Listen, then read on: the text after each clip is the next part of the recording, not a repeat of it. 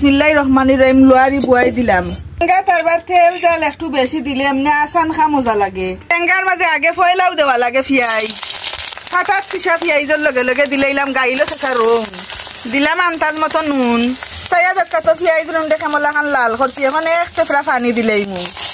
তেল পানির মাঝে দিলাইলাম 2 চিপ মরচর গুড়া রং সুন্দর হওয়ার লাগি দিলাম চূড়া তুলি এক চিপ লই খাসা আমর দিনে রাখছিলাম ফ্রিজিং করিয়া বরফ সইতে দিলাই মু আমগুন মশলার মাঝে আমরে বালা করি মজাই লাইছি দিলাইলাম এখন ইলিশা মাছের খোল্লা ইলিশা মাছের খোল্লারে বালার টিকেও মশলার মাঝে উল্টাই ফেলতাইয়া মজাই নি টেঙ্গা যাতে বেশি হইতো তার লাগি দিলাইলাম ফ্রিজিং করা 6টা বেল কই সকলটারে মজাই লাইছি বালা করি এখন দিলাইলাম ইলিশা মাছের টুকরাইন সকলটা বালা করি মজি গেছে দিলাই মোহন আনসার মতো শুরু